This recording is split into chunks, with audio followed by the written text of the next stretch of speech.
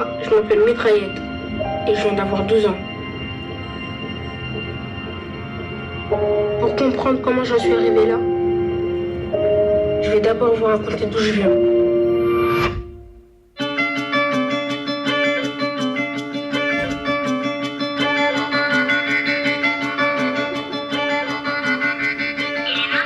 J'habite en banlieue nord de Paris, près de l'aéroport.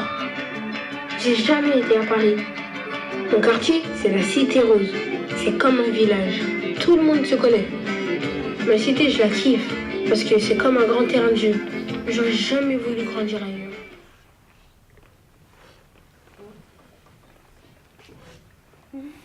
Pensez-vous qu'on puisse grandir dans une cité sans sortir dans la vie?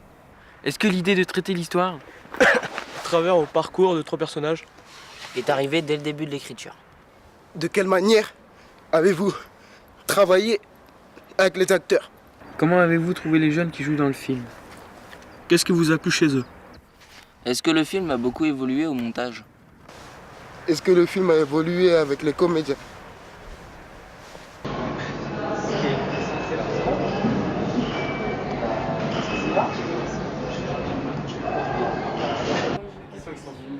Vous êtes connus depuis tout petit ou... Tous les deux là? T'es fou quoi. Non, lui, où est-ce qu'on s'est rencontrés pour écrire? Ouais. Le projet de la Cité Rose. Hein, ouais. Il y a 5 ans? 6 ans? 6 maintenant. 7 ans presque, ouais. Et vous vous lâchez plus? Bah on écrit ensemble, ouais. On écrit ensemble, ouais. On est devenus potes. Ouais. Par la force des choses.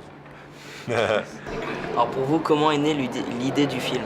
Alors l'idée du film, elle est née après avoir visionné une série qui s'appelle La Cité des Hommes, qui est une série qui se passe dans les favelas au Brésil et qui parle de 2 jeunes qui veulent absolument éviter de rentrer dans le trafic de drogue parce qu'ils ont des copains, de la famille qui y sont déjà et ils voient que ça termine souvent entre 4 planches. Donc ça va nous permettre de rencontrer les habitants des favelas sans pas par le prisme de la violence, mais par le prisme de la débrouille, la vie familiale, l'entraide entre les différentes personnes qui vivent dans les favelas. Et donc à partir de là, je me suis dit, tiens, ce serait chouette aussi de montrer la partie famille et la partie vie agréable qu'il y a dans les cités aussi. Ce qu'on avait envie de faire, c'était de raconter la cité un petit peu autrement, parce qu'on a plutôt l'habitude de voir des films anxiogènes, un petit peu hyper sombres, hyper pessimistes sur l'univers de la cité. Et moi, c'est pas le souvenir, en tout cas j'en avais quand j'étais petit, c'est plus un souvenir de fou rire, de rigolade avec les copains. Donc, bien sûr, il y avait des choses un petit peu plus graves qui se passaient, mais je pense que l'envie première, c'était de raconter ça un petit peu, ces souvenirs d'enfance un petit peu gays, où on rigole, où c'est la joie de vivre. Je vous présente le piment entier, le bonhomme Jack. Ça a piqué. Honneur à la famille. Tiens, C'est toi qui choisis. Honneur à la famille. J'en ai mangé 100, wesh. Oui. C'est des mythos. Ça a piqué, contraction. Va pour aux toilettes après.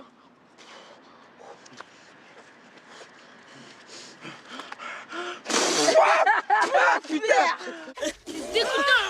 Regarde, qu'il est rouge. Ramène-toi, wesh. On va la mettre sur des lignes. Oh, fais-moi les malins.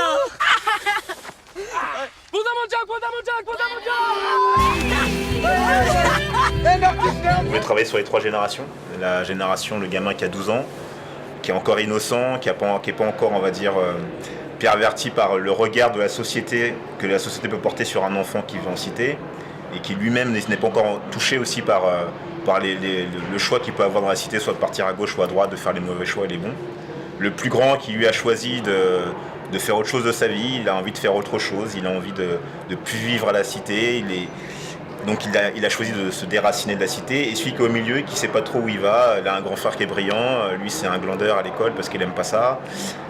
Donc il n'a pas vraiment de place dans sa famille, il n'a pas vraiment de place à l'école, il ne sait pas où il est, et donc il se dit tiens, il y a un truc que j'aime bien, c'est les films, donc il commence à se faire des films et puis il se prend pour un brigand et puis finalement le jeu devient beaucoup trop gros pour lui. En gros, c'est la dynamique, donc les 3 ont trouvé leur place naturellement comme ça. On connaît les quartiers, donc on sait comment ils parlent, mais on parle un argot plutôt de notre génération. Donc on avait un peu écrit dans cet argot-là, et l'argot a changé. Donc il parlait, nous quand on faisait les répétitions, on a travaillé pendant 3 mois avant. Hein. C'est-à-dire qu'ils ne sont pas arrivés, ils n'ont pas fait le casting et puis après on a dit bon allez on tourne. Hein. Il y a eu 3 mois, il y a eu 1 mois de cours de théâtre pour apprendre à devenir comédien parce que les jeunes n'étaient pas comédiens. Ensuite il y a eu 1 mois pour rentrer dans l'univers de la Cité Rose et 1 mois pour répéter le texte. Et donc quand ils répétaient le texte entre guillemets, ils remettaient leurs mots à eux. Il fallait que ce soit l'idée du film et il fallait que ce soit leurs mots à eux parce que sinon les jeunes de quartier qui allaient regarder le film ils auraient dit mais qui c'est qui parle comme ça, personne parle comme ça.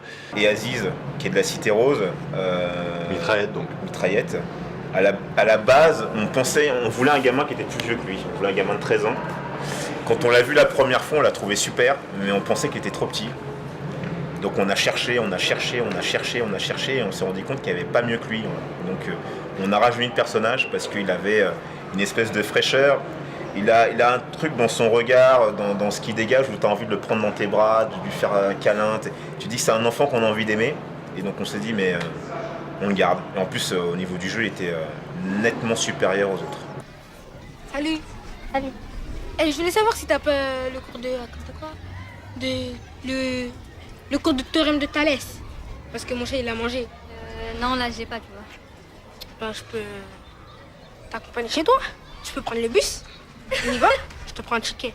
Putain, mon gars, ça c'est la famille, Oh, le ça. bâtard, il les a fait rire. Non, mais c'est quoi ce plan de drague, là, s'il te plaît? Non, mais je la drague pas. De toute façon, il y a sa mère qui nous attend, alors lâche-la faire.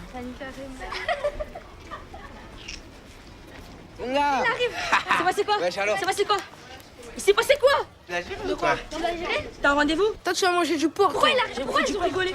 Tu vas bouffer du poids, gros, ça y est, c'est Sur sûr. la pile. Est-ce que le film a beaucoup évolué au montage? Oui aussi. Oh oui.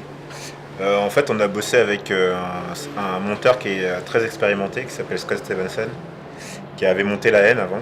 Sur une première version, je crois, il faisait 1h45, un truc comme ça, et il y avait un petit souci de rythme à un moment donné. Il était à la trop moitié, long. ouais, à la moitié du film. On appelle ça un ventre mou. Un ventre mou, c'est-à-dire qu'à un moment donné, on perd un petit peu l'attention du spectateur parce qu'il ne se passe plus trop grand-chose. Et donc, en fait, je me rappelle qu'on avait fait 2 séances avec lui. On est venu en plus, lui il était là forcément pour le montage, mais nous aussi, scénaristes, on est venus. Et on a rebossé avec lui sur l'architecture des trames pour pouvoir justement effacer ce ventre mou. Donc on a redynamisé les séquences en faisant un espèce de jeu de puzzle en fait. C'est vrai que, comme il disait, le film, comme il était tourné et comme il a été après monté, était différent. Parce qu'il y a une réécriture avec le monteur. J'ai pas une idée très précise du film. Par exemple, là, on en écrit un autre. Il est presque terminé d'écrire. Voilà, le film, il existe tel qu'il est aujourd'hui. J'ai cette idée-là aujourd'hui, mais dans un mois, elle sera différente. Et puis voilà, quoi, ça évolue en fait. C'est vraiment une matière qui évolue énormément à tous les moments. Parce que chaque personne qui travaille, là vous en voyez que 2, mais chaque personne qui travaille, en fait, elle-même met un coup de pinceau. C'est comme si il y avait un tableau et il y avait 100 personnes qui mettaient un coup de pinceau. Fast-food, Dakar, Sénégal, cinéma, le Paris. Demain je serai parti. La gare, Dakar, Bamako, mon petit, y a pas de problème. Tout va bien.